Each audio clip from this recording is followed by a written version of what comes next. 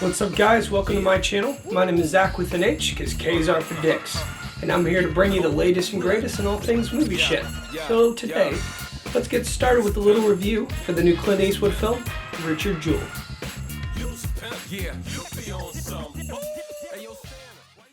Richard Jewell stars Paul Walter Hauser, Sam Rockwell, Kathy Bates, and a whole slew of other actors, John Hamm, Olivia Wilde, and a couple others.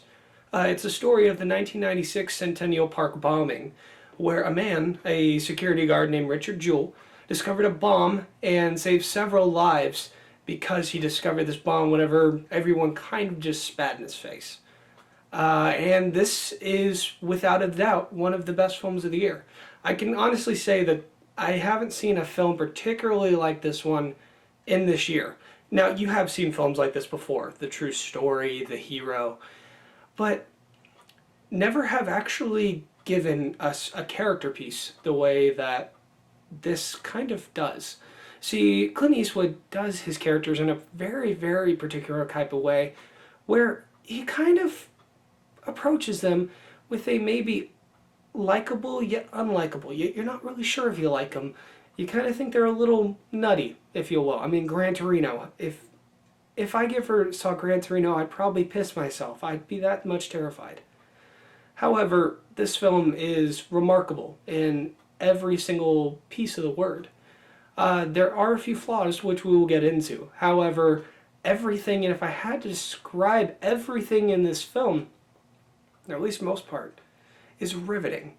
Riveting. And I can never really see this story from a similar light, because I've heard the story previously. I've listened to different news clippings, I've read the article, and the story that is told here is remarkably true, which you do not see this authenticity a lot whenever it comes to, because the things that are going on within this film are very hard to feel like they're real. A lot of this is kind of against the law, at least how they attack this man. See, the story itself revolves around Richard Jewell after the bombing instead of the heroic act which does take place within the first 40 minutes. However, after that 40 minutes, it's a white knuckle intensity because you're hoping that this guy just makes it out okay. As you see throughout the film, John Hamm and Olivia Wilde, these people, these despicable people, going after this man who is a hero, and you know he's a hero, but he just keeps getting into these situations, and it's hard to watch. It really is, but it's all brought very, very close to home by a really strong central performance by Paul Walter Hauser. Now, you might know him from I, Tonya, or a couple other things. He was recently in BlacKkKlansman. He is remarkable in this film. He plays that likable, yet he's portrayed a little bit like a weird guy. He's a normally weird guy. I've met guys like him, but he has some sort of charm to him that you really don't see with a lot of these characters, and it is remarkably well done. And we have to talk about the remarkable other performances, and that's one word that I will use a lot throughout this review, is remarkable. I was not expecting this to be as good as it was recently after The Mule and even 1517 to Paris. Clint Eastwood has kind of been in a rut, and I'm glad he's back because the other central performances are remarkable. You have Sam Rockwell, who has a lot of screen time within the film.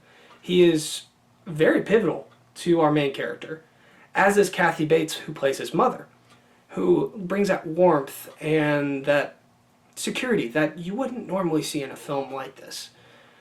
And then we bring it to our villainous characters, who are John Hamm. John Hamm, you hate this guy from the minute you meet him.